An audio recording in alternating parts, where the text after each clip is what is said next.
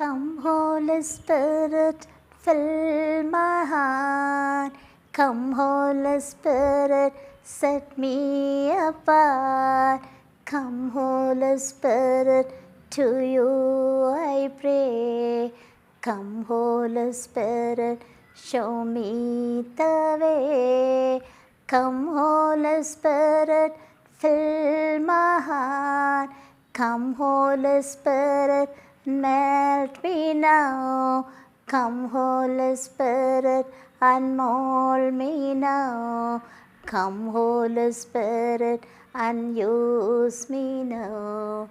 Pour out your grace upon this place. I feel your healing touch, warm embrace.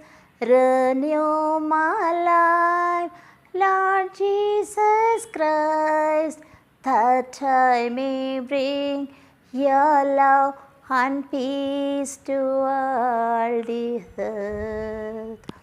Good morning. ஓகேங்க, எப்படி இருக்கீங்க? நல்லா இருக்கீங்களா? இப்போ தான் வருஷம் தொடங்குச்சு, அதுக்குள்ளே ஃபெப்ரவரி, இன்றைக்கி 2 இல்லைங்களா? ஓகே, இப்போ இந்த வீடியோவில் நான் நம்மளுடைய பரிசுத்த வேதாகமத்தில், இந்த ஹோலி பைபிளில், நியூ டெஸ்டமெண்டில் சென்ட் மார்க் எழுதிய நற்செய்தியிலிருந்து, அதாவது 11வது அதிகாரம், சாப்டர் 11, அதிலிருந்து ஒரு பகுதி நம்ம பார்ப்போம். ஓகேங்களா? இப்போ ஜீசஸ் பெத்தானியாவிலேருந்து வராரு. ஓகேங்களா? பெத்தானியா உங்களுக்கு தெரியும், அதுக்கு முன்னால் ஓசினா பாடிட்டு எருசலேமுக்கு வராரு. இப்போ என்ன சொல்கிறதுனா, அது பெத்தானியாவிலேருந்து வராரு. பெத்தானியாவிலேருந்து வரும்போது அவருக்கு பசி எடுக்குது. அப்போது அப்படி சுத்தமிட்டு பார்க்கும்போது ஒரு தூரத்தில் ஒரு அத்தி மரத்தை பார்க்குறாரு. அப்போ அத்தி மரத்தில் பார்க்கும்போது நிறைய இலைகள் இருக்குது. அப்புறம் பக்கத்தில் போனால் ஒரு கனியே கிடையாது. அது அப்போ அது கனி கொடுக்குற காலமும் இல்லை. பட் அது இந்த ஏர்லி ஃப்ரூட்ஸ்ன்னு சொல்லுவாங்கள்ல, அந்த சீசன், அந்த பர்டிகுலர் ரீஜனில் அந்த ஏர்லி ஃப்ரூட்ஸு கிடைக்கும். அப்போ சிறிய சிறிய மொட்டுக்கள், பட்ஸு கூட இருக்கலாம். பட் அது இல்லை, வெறும் இலைகள் தான் நிறைய இருக்குது. அப்படின்னா அப்போ அவர் என்ன சொல்கிறாரு, ஜீசஸ் கர்சஸ் த ஃபிக் ட்ரீ, அத்தி மரத்தை அவர் சபிக்கிறாரு. இனிமேல் யாருமே உன்னுடைய கனியை சாப்பிட மாட்டாங்கன்னு சொல்கிறாரு. அது பிறகு அது என்ன ஆகுதுனாக்கா, அது பட்டு போயிடுது. அடுத்த நாள் மறுபடியும் அந்த வழியில் பார்க்கும்போது சீஷர்களை பார்த்து அவர் ஜீசஸ் சொல்கிறாங்க, போதுக்கிறேன், நீர் சபித்த அந்த அத்திமரம் பட்டு போயிட்டு அப்படின்னு சொல்லுவாங்க. அதை நம்ம இன்றைக்கி பார்க்க வேண்டாம், அடுத்த வீடியோவில் பார்ப்போம். இன்றைக்கி அந்த சபிக்கிறது ஏன், அதனுடைய பின்னணி என்ன, அதை எதை உருவகப்படுத்துதுன்னு மட்டும் சொல்லலாம். ஓகேங்களா? இப்போது இந்த அத்தி மரத்தை எதற்கு உருவகப்படுத்துகிறாங்கன்னு சொன்னாக்கா, இஸ்ராயலும் அந்த டெம்பிள், அதாவது இஸ்ராயலும் அந்த தேவாலயமும். இப்போது ஜீசஸ் அவரை அவருக்கு இந்த தேவாலயம் தெரியுங்களா, அங்கே என்ன நடந்துகிட்ருக்குது, எப்படிப்பட்ட வழிபாடுகள் நடக்கிறது, அது உண்மைத்தன்மை இருக்கா இல்லையா அப்படிங்கிறது தான் அவர் பார்க்குறாரு. அப்போது இப்போ அதை சொல்கிறாரு. என்னென்னா, அங்கே இருக்கிற வழிபாட்டு முறைகள், அந்த பகட்டான ஒரு பெரிய தேவாலயம், ஆனால் அங்கே நடக்கிற அந்த வழிபாட்டு முறைகள், சிப்பு முறைகள், பலி கொடுக்கும் தன்மை எல்லாமே இது போலியானது, அது ஒரு வேஷமானது, ஹிப்போக்ரிட்டிக்கல், அதில் உண்மை இல்லை, அதாவது ஒரு ஆன்மீகம் இல்லைன்னு சொல்கிறாரு. ஸோ ஆன்மீகத்தில் கனி கொடுக்குற முறையும் அங்கே இல்லைங்கிறாரு. ஆன்மீக கனி, ஆன்மீகமே உண்மையான ஆன்மீகமாக அங்கே இல்லை. அந்த வழிபாட்டு முறைகளும் வேஸ்ட்டு, எல்லாமே வேஸ்ட்டு. அந்த லீடர்ஷிப்பு, அது இது எல்லாமே ஒரு போலித்தனமானது, உண்மை இல்லை, கனி கொடுக்காத ஒரு முறைகள் அப்படின்னு சொல்கிறாரு. அப்படின்னா என்ன அர்த்தம்னு சொன்னாக்கா, கனி கொடுத்து, அதாவது ஆன்மீகத்தில் கனி கொடுக்கணும். இப்போ நம்ம கலாத்தியர், அதாவது அப்போஸ்தலனான புனித பவுல் கலாத்தியருக்கு எழுதிய அந்த கடிதத்தில் நம்ம பார்க்கலாம். எப்படின்னா, தூய ஆவியானவரின் கனிகள்னு சொல்லும்போது அன்பு, மகிழ்ச்சி, அமைதி, பொறுமை, நம்பிக்கை, கனிவு, தன்னடக்கம், இந்த மாதிரி சொல்கிறார் வரிசையாக. அப்போது அன்பு இருக்கணும், இந்த கனிகளெல்லாம் கொடுக்கணும். ஒரு ஆன்மீக வாழ்க்கை, ஒரு ஆன்மீகவாதின்னு சொல்லும்போது அந்த மனிதர் வந்து கனி கொடுக்குற வாழ்க்கையாக இருக்கணும், கனி கொடுக்குற வாழ்க்கையை கொண்டு இருக்கணும். இல்லாட்டி கனி கொடுக்காத ஒரு வெற்றிடம், ஒரு தரிசு நிலம், ஒரு ஃப்ரூட்லெஸ்னஸ் தன்மை அப்படிங்களா, கனி கொடுக்காத தன்மை. அப்படின்னா ஆன்மீக கனிகள்னு சொல்லும்போது இப்போ சொன்னது அன்பு, அன்பு இருக்கணும், மகிழ்ச்சி இருக்கணும். அது வந்து சைன் ஆஃப் ஹோலி ஸ்பிரிட். அன்பு, மகிழ்ச்சி, அமைதி இருக்கணும், பொறுமை இருக்கணும், கனிவு இருக்கணும், தன்னடக்கணும், நம்பிக்கை இருக்கணும், இதெல்லாமே இருக்கணும். இதெல்லாம் இல்லைன்னு சொன்னாக்கா அது கனி கொடுக்குற தன்மை இல்லை, ஆன்மீகமே இல்லை. உண்மையான ஆன்மீகம் கனி கொடுக்கும் தன்மை கனி கொடுக்கவே இல்லைன்னு அர்த்தம். அப்படின்னா தட் மீன் யாராக இருந்தாலும் அப்படிப்பட்ட வாழ்க்கை வாடிக்கும்போது இட்ஸ் எ ஹிப்போக்ரிட்டிக்கல் லைஃப். அதாவது போலியான வாழ்க்கை, வேஷம் போடுற வாழ்க்கை. கடவுள் அந்த அங்கே உள்ளத்தில் ஆன்மீகத்தில் இல்லை இருந்தால் அப்படிப்பட்ட ஒரு வெற்றிடமாக இருக்கும், கனி கொடுக்காத வாழ்க்கையை வாழ மாட்டாங்கன்னு சொல்கிறது. அப்போது இஸ்ராயேலையும் அந்த மீன் பலி செலுத்துகிற அந்த தேவாலயத்தை பற்றி தான் பேசினார். இப்போது நமக்கு அதே தான் ஆக்சுவலாக.